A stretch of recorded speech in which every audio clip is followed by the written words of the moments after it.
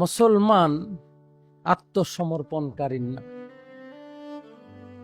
কেন যেন আমরা আত্মসমর্পণ করেও করতে পারি না, হয়েও যেন কেন নিজে আত্মসমর্পণ মালিকের কাছে করতে পারি না। কিসে যেন একটি বাধা, কিসে যেন একটু আটকাই যায়, জানি না। কখনো মনে হয় এটা যেন দুনিয়ার মায়া মোহ, আবার কখনো মনে হয় এটা যেন অতিরিক্ত যোগ্যতার কারণ, কিছু সময় মনে হয় অতিরিক্ত শিক্ষা তার কারণ,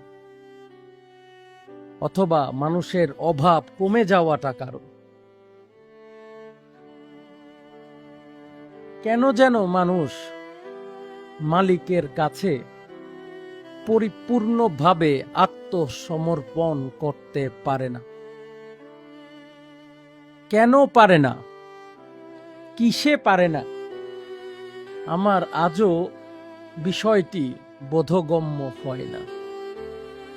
মানুষের মনটা সমুদ্রের ঢেউয়ের মতো, কখনো বড় কখনো ছোট। বড় ঢেউ আসলে প্রেমে পড়ে বলে আজকেই সব আত্মসমর্পণ করে ফেল, আবার কিছুদিন সমাজে ঘুরতে ঘুরতে ঘুরতে ঘুরতে বলে কিছুদিন পরে করি। পূর্ণতা আত্মসমর্পণের কেন জানি আসে না। এতে অসুবিধা যেটা হয়, আমরা সংকল্প করি, আমরা আত্মসমর্পণ করি, আবার কিছুদিন পরে তা ভুলে যায়, মনে থাকে না আমি যে আত্মসমর্পণ করেছি। যখন মানুষ বিপদে পড়ে, মুসিবতে পড়ে, যখন তার মালিকের কথা স্মরণ হয় বেশি, মালিকের প্রয়োজন পড়ে, তখন মানুষ কান্নাকাটি রোনাজারিতে মশগুল হয় এবং পরিপূর্ণ আত্মসমর্পণের চেষ্টা করে যে আল্লাহ ভুল হয়েছে, মাফ করে দাও।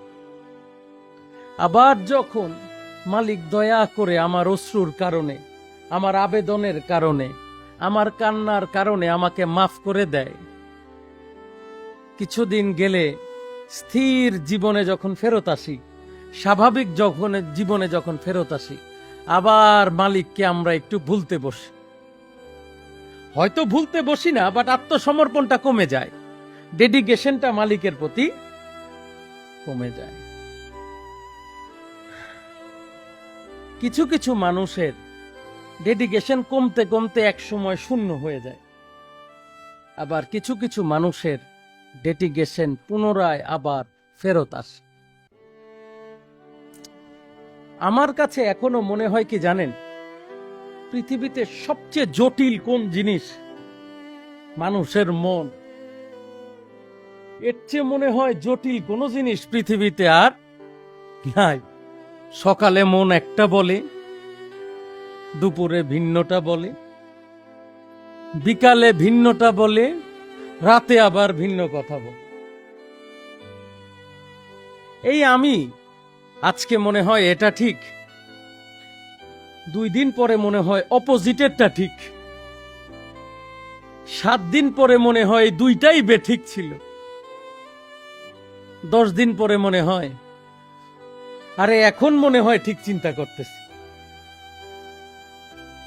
বিশ্বাস হয় না আমার কথা? হয়। ছোটবেলায় যখন দুষ্টামি করছি, বাপ মা না করছে, তখন মনে হয়েছে দুষ্টামি করাটাই ঠিক। কি সত্য না মিথ্যা বলেন? হ্যাঁ, এখন আমার বাচ্চা যখন একই দুষ্টামি করে, আমি বলি তুই বে ঠিক, আমি যা বলতেছি এটা ঠিক। কি সত্য না মিথ্যা বলেন?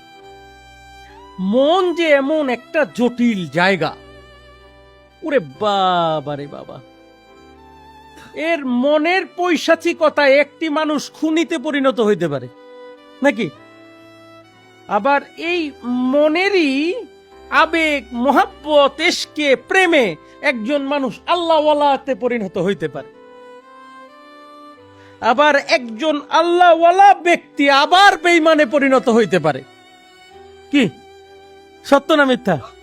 আবার একজন বেঈমান ব্যক্তি শেষ মুহূর্তে গিয়ে আবার এই মনের তাড়নায় আল্লাহ ওয়ালায় পরিণত হয়। একটা জটিল সমীকরণ মন। একবার মনে হয় এই দল ঠিক, আর একবার মনে হয় ওই দল ঠিক, নাকি? মানব জীবনটা পৃথিবীতে সবচেয়ে ক্রিটিক্যাল।